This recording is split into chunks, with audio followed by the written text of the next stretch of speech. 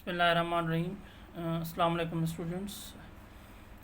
This is Engineer Waqar Hussain. Students, today we are going to discuss the very important MCQs from the nuclear physics. So, students, you are suggested kindly share my this YouTube channel link so that maximum students can benefit. So number one MCQs we have: if one or more of the neutrons emitted during fission can be used to build up the further fission, then the reaction is self-sustained and is known as. अचे तो जेकर हिक या हिक खां वधीक neutrons जॾहिं fission reaction दौरान एमिट आउट थियनि था, उन खां बाद में इहो जेको फिशन वारो रिएक्शन आहे इहो सेल्फ सस्टेन थी थो वञे, पंहिंजो पाण ई अॻिते प्रोसीड कंदो रहे थो. हाणे असां वटि ऑप्शन्स आहिनि: the fission reaction, fuel reaction, chain reaction, continuous reaction. So the correct option is chain reaction. यानी fission reaction, it is a reaction when once this reaction is started, it will keep on going. So fission reaction कीअं थींदो आहे असांजो? when a neutron reacts with heavy nucleus, then the heavy nucleus becomes excited and is broken down into two or more than two simpler nuclei. So as a result, the three neutrons are produced. Therefore, these three neutrons will initiate another three nuclear fission reaction. Therefore, such a reaction would be chain reaction. So we have another MCQs. Radius of atom is how many times the radius of nucleus. And हालांकि असां पहिरीं पढ़ी आयासीं त atom itself is a very small in size. पर चए थो जेको रेडियस ऑफ एटम आहे उहो न्यूक्लियस जे रेडियस खां केतिरा दफ़ा वधीक आहे. 10 टाइम्स वधीक आहे, 1000 टाइम्स वधीक आहे, 10⁵ टाइम्स वधीक आहे. द आंसर इज़ 10⁵ यानी 1 लाख टाइम. यानी जेको एटम जो रेडियस आहे उहो न्यूक्लियस खां 1 लख दफ़ा वॾो आहे. अच्छा, we have another MCQs. which of the following is true about fusion reaction. हाणे फ्यूअन रिएक्शन जे बारे में हेठि असांखे 4 स्टेटमेंट्स ॾिनल आहिनि. हाणे चए थो हेठियनि मां कहिड़ी स्टेटमेंट सही आहे? वेदर या चारई सही आहिनि. चए थो in it two light nuclei merge to form heavy nucleus. बिल्कुलु सही आहे, छाकाणि फ्यूअन रिएक्शन जे बारे में पंहिंजो पाण पढ़ी आयासीं त वेन 2 or more than 2 lighter nuclei fuse together they will form a heavy nucleus. Such type of reaction is called fusion reaction. Therefore the option is all of the above. अच्छा, ॿियो छा थो चए? बी छा थो चए? It releases more energy per nucleon as compare to the fission. यानी इहो बि असां पढ़ी आयासीं त जेको न्यूक्लियर फ्यूअन आहे उन में much more energy is released as compare to the nuclear fission reaction. Therefore we say hydrogen bomb जेको हूंदो आहे असांजो उन में न्यूक्लियर फ्यूअन रिएक्शन थींदो आहे. यानी 2 lighter nuclei are brought near to each other and as a result heavy nucleus is formed. So nuclear fusion reaction releases much more energy as compared to the energy released in fission. Therefore B option बि असांजो छा आहे? सही आहे, correct आहे. ऐं C option छा थो चए? It requires large amount of energy to produce fusion reaction. हाणे चए थो यार जेका amount of huge amount of energy असांजी रिलीज़ थींदी, वरी उन सां वधीक असां फ्यूअल रिएक्शन कैरी आउट कराए सघंदासीं. अच्छा, ही चोथों नंबर असांजो MCQs आहे. Which of the following has the highest ionization power. यानी हीअ असांजा अल्फा रेज़ ॾिनल आहिनि, बीटा ॾिनल आहिनि, गामा रेज़ ॾिनल आहिनि, neutron. So the correct answer is alpha rays.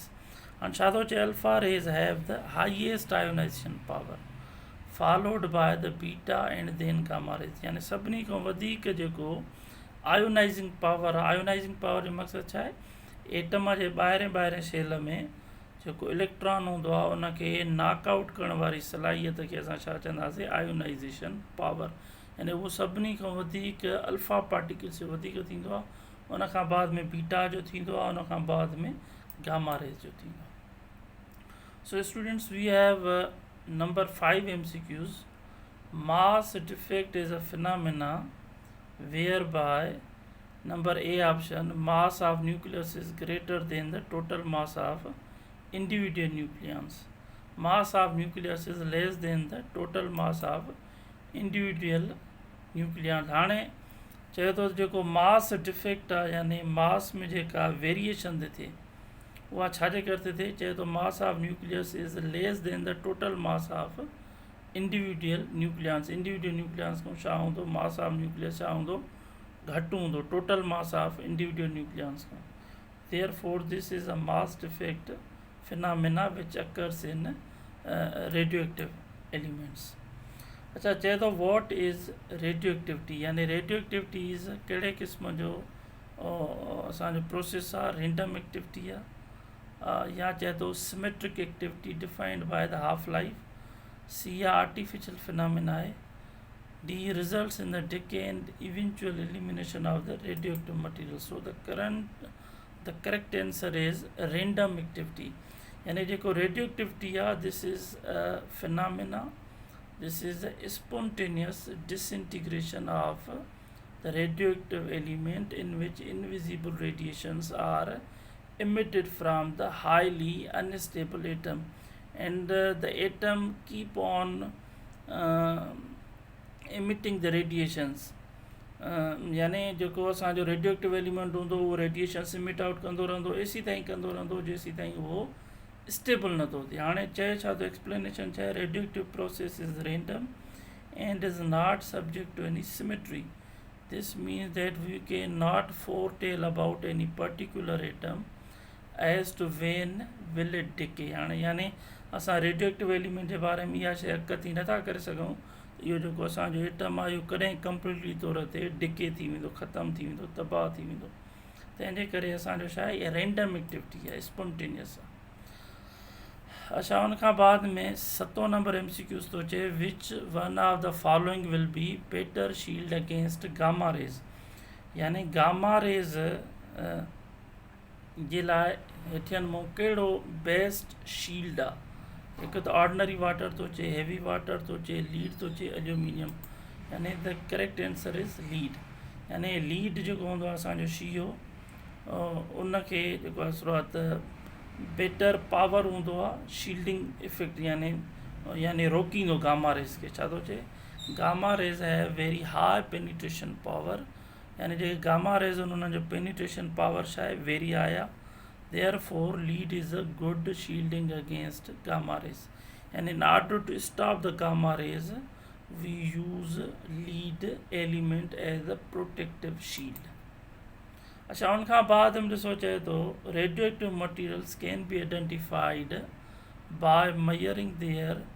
यानी रेडियोएक्टिव एलिमेंट्स खे असां कीअं आइडेंटिफाई कंदासीं उन्हनि जी हार्डनेस जे बुनियाद ते डेंसिटी जे बुनियाद ते हाफ लाइफ या ऑल ऑफ दीज. यानी the correct answer is half life. हाणे हाफ लाइफ आहे छा it is a time required for a radioactive element to decays half.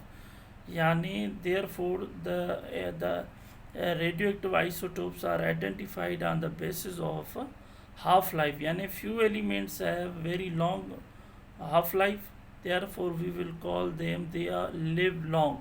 And kuch elements hunda hain which quickly decay out, we will say their half life is very short. अच्छा उनखां बाद हम चए थो isotopes of the same element have. यानी जेके elements हूंदा आहिनि असांजा उन्हनि जा जेके आइसोटोप्स उन्हनि जो साॻा छा हूंदा आहिनि चए थो डिफरेंट नंबर ऑफ इलेक्ट्रॉन्स ग़लति आहे. डिफरेंट नंबर ऑफ प्रोटॉन्स ग़लति आहे. चए थो डिफरेंट नंबर ऑफ न्यूट्रॉन्स बिल्कुलु. यानी न्यूट्रॉन्स वेरी कंदा आहिनि. यानी isotopes iso means same top means place. यानी elements having same position in the periodic table are called isotopes. ऐं जेके असांजा एलिमेंट्स थींदा आहिनि उन्हनि जी पीरियोडिक टेबल में जेका पोजीशन साॻी हुजे जेको isotopes of element exist because of variation of neutrons. हाणे ॾिसो हिनजी एक्सप्लेनेशन लिखियलु आहे. Isotopes have different number of neutrons. For different isotopes atomic number Z is same but mass number differs. अच्छा उनखां बाद हम चए थो हाफ लाइफ ऑफ रेडॉन. हाणे इहो ॾिसो, पहिरियों मां तव्हांखे ॿुधायासीं त कुझु एलिमेंट्स हूंदा आहिनि असांजा जेके क्विकली डिके थी वेंदा आहिनि, कुझु इन मिनट्स डिके थी वेंदा आहिनि, some takes days, some takes years. Therefore, the half-life of radon is 3.8 days. Thank you very much for